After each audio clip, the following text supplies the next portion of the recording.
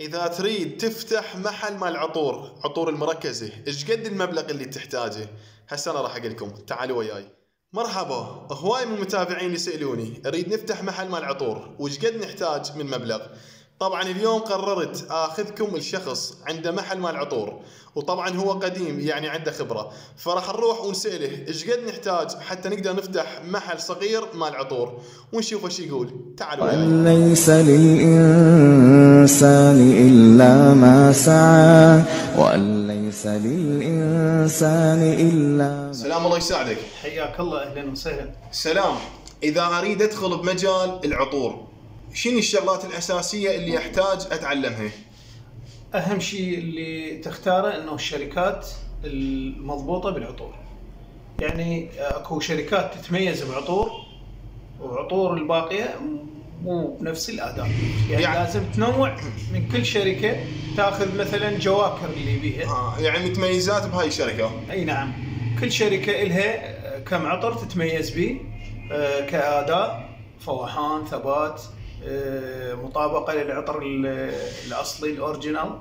هذني اهم شيء تتعلمها بالنسبه للشركات.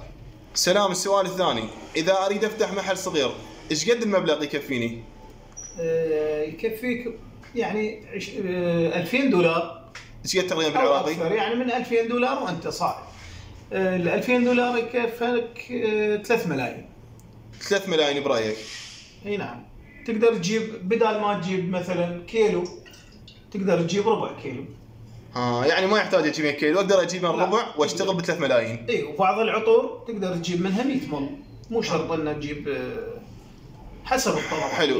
يعني 3 ملايين كبدايه 3 ملايين تكفيني. اي نعم. سلام. السؤال الثالث، تفضل. تعرف انت العطور بالالاف، برايك كبدايه بكم عطر راح اقدر ابدي بهاي 3 ملايين؟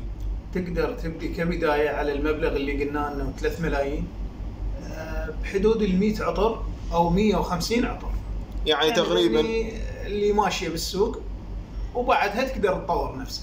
يعني شغلات الماشيه والمعروفات هي تقريبا 100 عطر، ابلش بيهن الى 150 وبعدين شوي شوي اطور نفسي. هاي مشكورين وتعبتك. حياك الله والف رحمه على والديك. اهلا وسهلا.